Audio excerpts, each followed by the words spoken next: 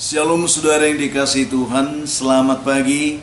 Senang dan bahagia rasanya karena masih bisa menyapa saudara di pagi yang indah ini. Doa dan harapan saya bahwa semua dalam keadaan sehat, dalam keadaan baik tentunya, penuh dengan sukacita, diberkati Tuhan untuk sepanjang hari ini.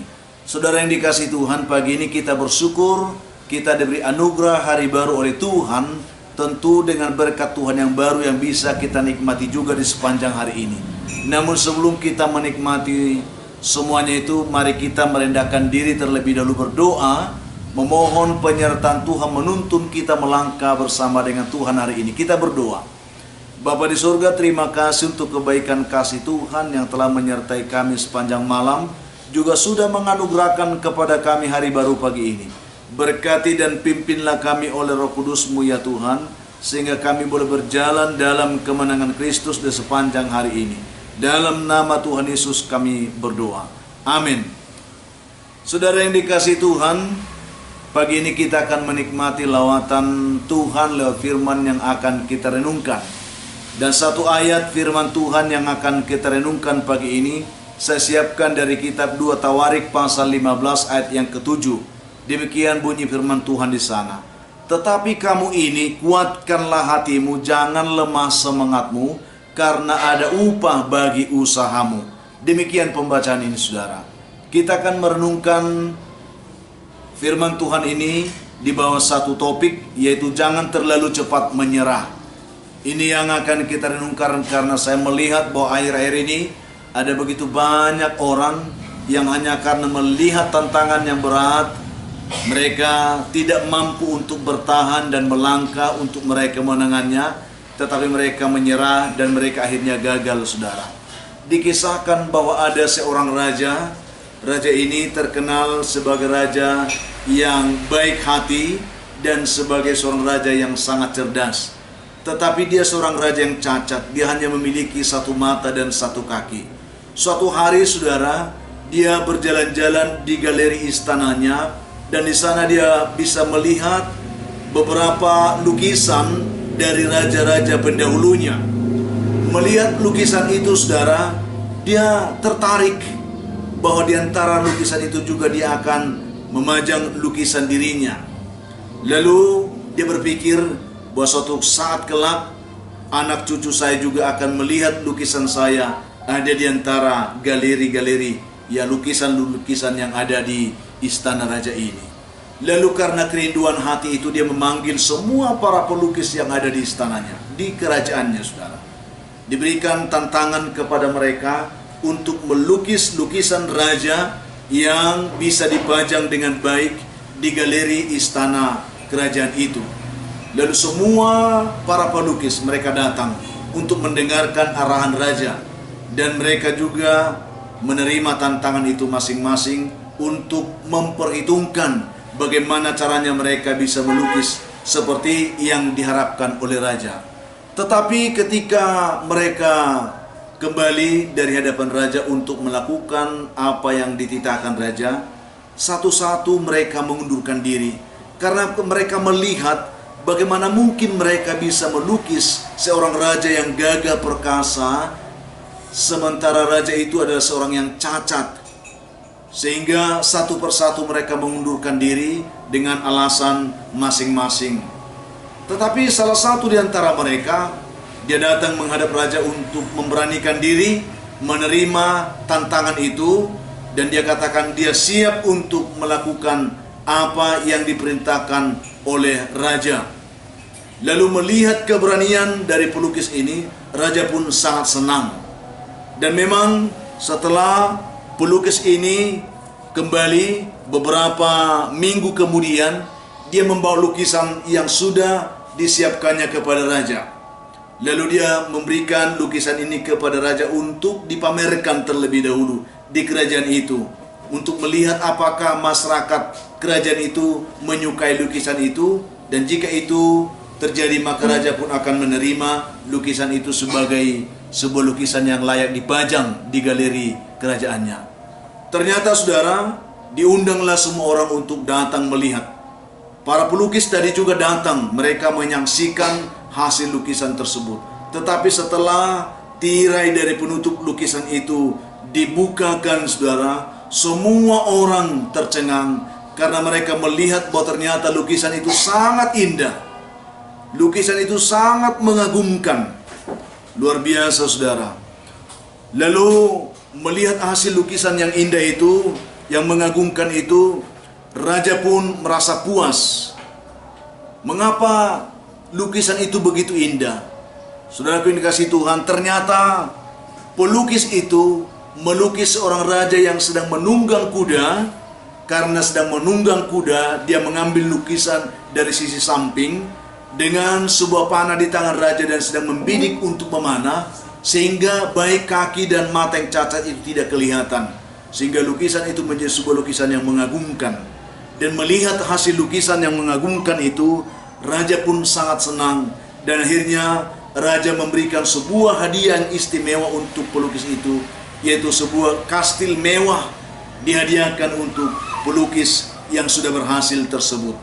Saudara yang dikasihi Tuhan, ini menjadi sebuah pencapaian yang sangat luar biasa di kerajaan itu, karena semua orang tahu bahwa raja itu seorang yang cacat. Tetapi ketika mereka melihat hasil lukisan, mereka melihat bahwa raja mereka seorang raja yang gagah perkasa, tidak melihat sebuah kecacatan dalam lukisan itu.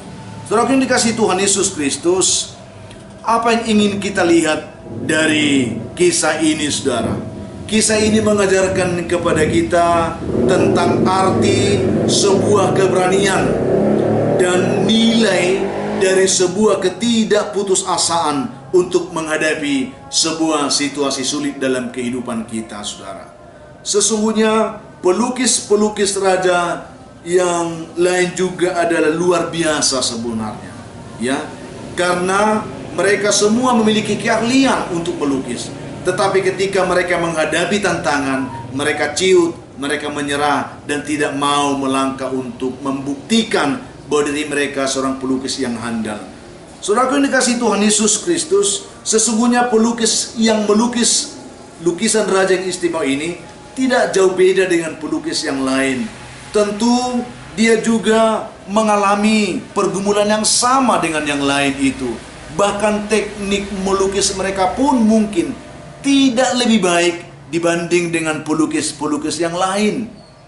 Tetapi perbedaannya ialah bahwa pelukis yang satu ini, dia tidak menyerah karena tantangan, tetapi dia bisa melihat solusi dan jalan keluar, dan dia berani untuk mengambil resiko atas tindakan yang dilakukan.